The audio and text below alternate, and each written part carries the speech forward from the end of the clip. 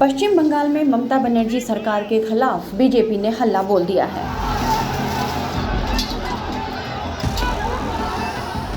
इसके तहत सभी कार्यकर्ताओं ने राज्य सचिवालय नब्बान की ओर मार्च निकाला और सचिवालय को घेरने की कोशिश हुई।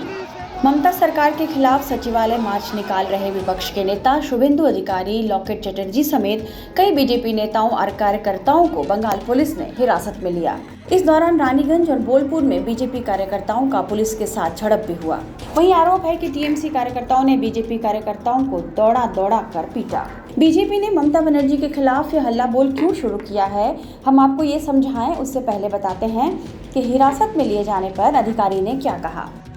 अधिकारी ने कहा कि ये शांतिपूर्ण आंदोलन है, ये भ्रष्टाचार और बेरोजगारी के खिलाफ हल्ला बोल है।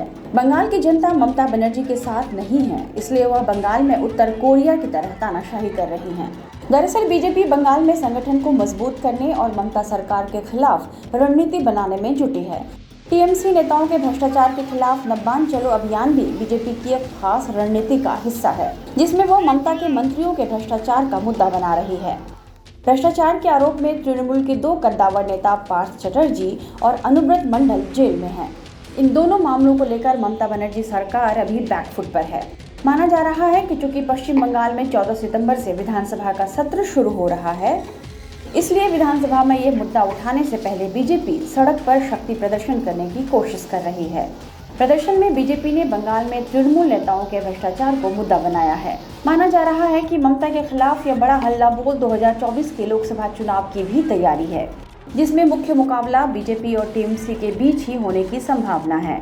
2021 के विधानसभा चुनाव में भी मुख्य चुनावी लड़ाई टीएमसी और बीजेपी के बीच ही थी, जिसमें बीजेपी 77 सीटें लेकर दूसरे नंबर की पार्टी बन गई। 2016 के चुनाव से 2021 के विधानसभा चुनाव की तुलना करें तो यह उसकी एक बड़ी जीत थी। 2016 में बीजेपी को केवल 3 सीटों पर जीत मिली थी। हालांकि इस जबरदस्त लड़ाई के बाद भी बीजेपी इस चुनाव में टीएमसी से हार गई थी, इसलिए बीजेपी कार्यकर्ताओं में निराशा का भाव था। रिपोर्ट्स के मुताबिक सुनील बंसल को राज्य का प्रभारी बनाए जाने के बाद पार्टी नई रणनीतियों पर काम कर रही है। बीजेपी न केवल पार्टी के संगठन को मजबूत कर रही है, बल्कि कैसे बूथ बूथ तक पहुंचा जाए इसकी भी तैयारी चल रही है।